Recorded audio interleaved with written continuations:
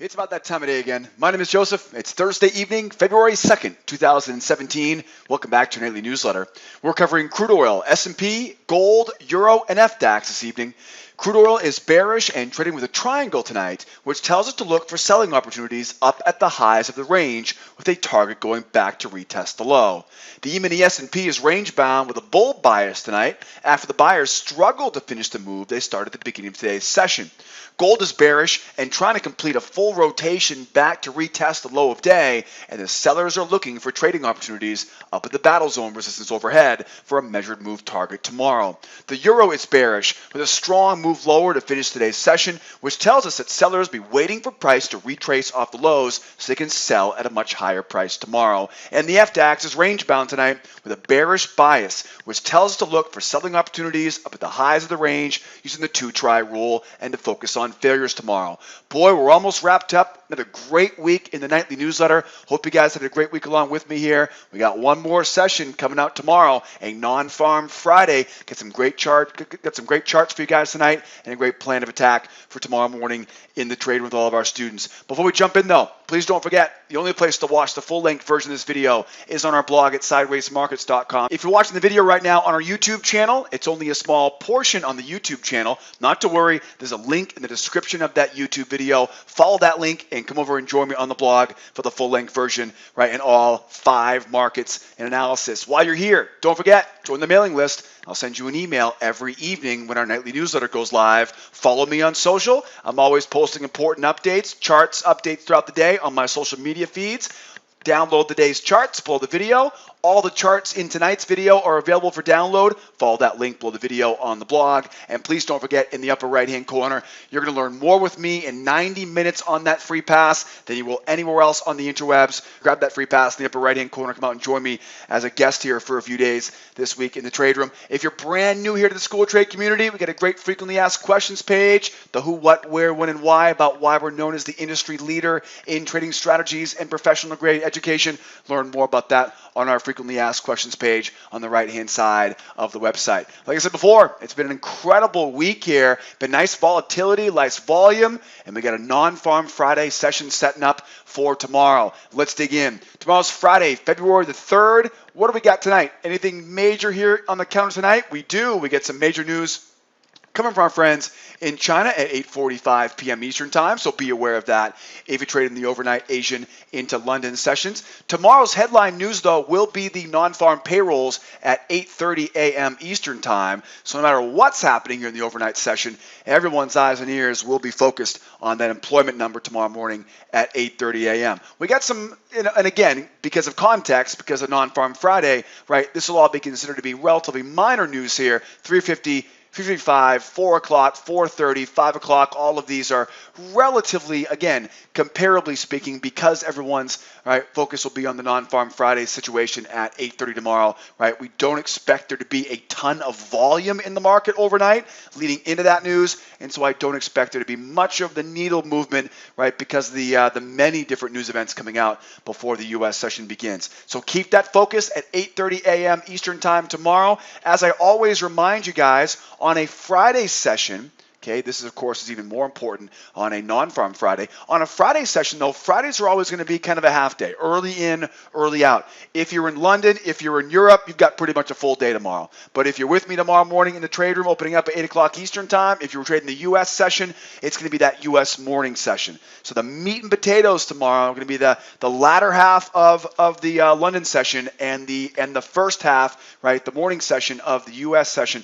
After 11 a.m. Eastern Time on Fridays, I'm always very hesitant to be entering into new trades, so please take my advice on that and be very careful tomorrow afternoon. Anything after 11 o'clock tomorrow, got to have a really good reason to be getting into new positions. You're more than welcome to hold positions into the close tomorrow, but just be aware volume will dry up quickly after 11 a.m. Now, with that said, tomorrow's non-farm Friday. The plan for non-farm Friday is be very careful beforehand. It is going to be low volume leading into that news. This is a major news event. It's one of the big news events that we get every month. It's the first Friday of every 1 month, as long as the first day of the month is not on a Friday. So we got the employment number, the non-farm payrolls. Usually what happens is after the news comes out, it's either going to be as expected, the market will already have priced it in, and the market will be relatively slow for 10 to 15 minutes afterwards. Okay, so if the news comes out as expected, we expect it to be pretty slow because the market will have already priced this information in, right? As of Wednesday morning, we heard from the ADP employment number, right, which showed a blistering, I think it was like 246 compared to 150 on Wednesday. So people are expecting a pretty good number tomorrow. If it comes out as expected, everybody's already priced this stuff in, so the market won't move around very much. Now, what will happen is, though, is if the number comes out tomorrow morning at 8:30 and it's outside of expectations, right? You can find any major news site, right, will have expectations for you. I'm not going to waste your time on that because all I'm going to do tomorrow is give it 10 minutes and then see what the market wants to do. If it comes out outside of expectations, then traders have to go with plan B or plan C, right? If it's higher or if it's lower. Professionals who are trading more longer term positions, they have to have a plan A, B, and C, right? They know what the number is anticipated to be. That's plan A, right? If it's higher, plan B. If it's lower, plan C. So tomorrow, if the news comes out outside of expectations, higher or lower, all of a sudden traders have to really hurry, right, to execute plan B or C, and that's where the volatility comes in.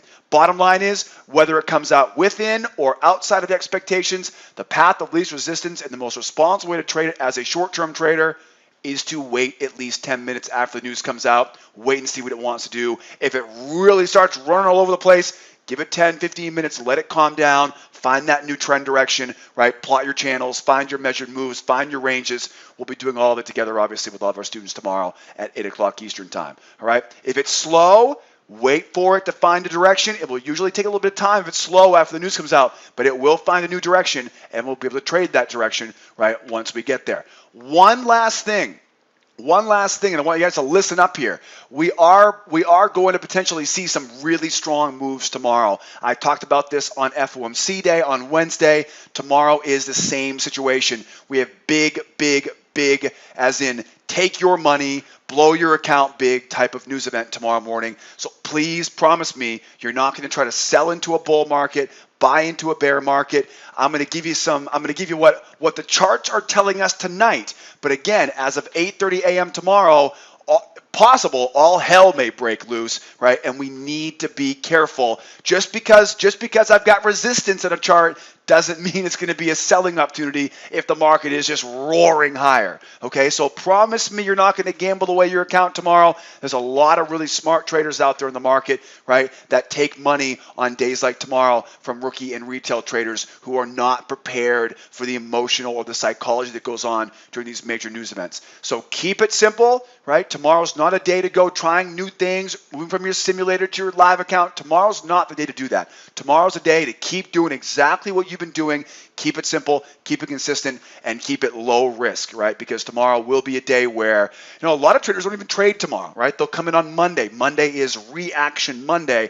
Monday is usually the Monday following non-farm Friday. Right? On Monday, after we come back and after we're celebrating that win for the Patriots on Super Bowl Sunday, right? They come back on Monday, and that's usually when most traders are going to do the majority of their work is that Monday after non-farm Friday. Just because non-farm Friday is so unpredictable, much like FOMC was, right, on Wednesday. All right, so down off my soapbox here for now. That's right, I did say the Patriots will win this weekend. I hope you guys heard me on that. Hope I'm right about that too. The Falcons do look pretty good too.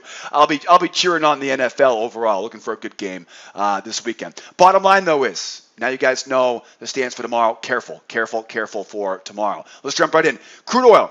Crude is bearish and trading with a triangle this evening, which tells us to look for selling opportunities up at the highs of the range with the target going back to retest the low. The bears had a nice run lower this morning. They overshot the low, they overshot the high, but they failed to retest the low. That's their objective. Get back down to that low at 53.35. This tells us that sellers are in control, but they're avoiding the lows, right? They're avoiding the lows, focusing on selling high. Our goal will be to follow their lead. Look for buyer failures up around the highs and avoid selling into the low until we see a successful breakout pullback below that double bottom. This is a pretty easy chart here tonight. Pretty easy chart here. Boy, the buyers had a rip-roaring good time really early in the session here today, and the bottom completely fell out of it as we came in to the trade room this morning at 8 o'clock Eastern time. Lower lows, lower highs, that gives us a channel. That channel, as you can see, has an overshoot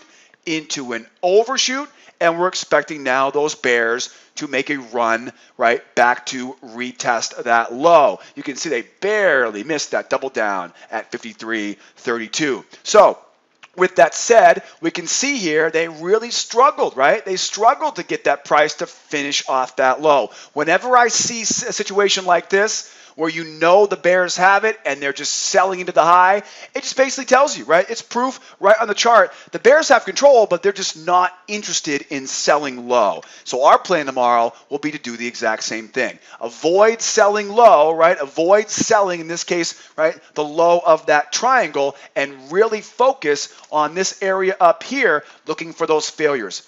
Buyer failures on pullbacks to the moving average, right? Price goes up. Buyers try to buy the pullback to the moving average, find out where their stops are, right, and sell it back down again. Another situation, if it does get a little bit more peppy, right, keep an eye on this, right, if buyers don't fail back down, right, maybe they do hold, up, break down, pull back, right, and then we can look, right, for the sell from there, right? Obviously, as price goes higher, that also opens up, right, the window here for the buyers. The buyers really need to see some strength. We have a clear directional bias here right now. The bears definitely have control of this market. So the buyers are going to have to see really two things. One, strength.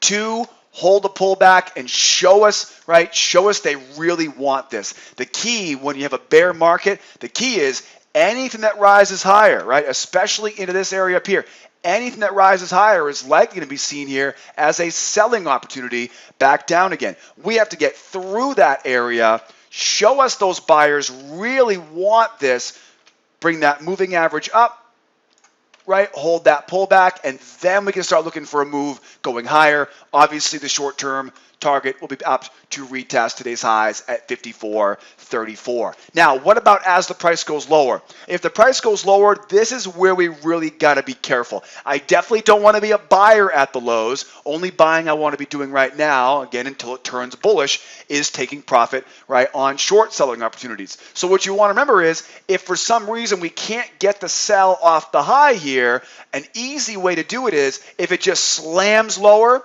Let's say, for example, tomorrow morning news comes out at 8:30, right, non-farms, and we see the price just slam lower. Find a range and find a way to sell high, right? Sell it high, right? So don't chase after it. Strong move lower, sell the pullback back to the low, but make sure, though, you keep focused on selling high, right? Don't chase after it. If we do just smoke right through it, I'm looking for that breakout pullback below that double down, right? Make sure you get through it.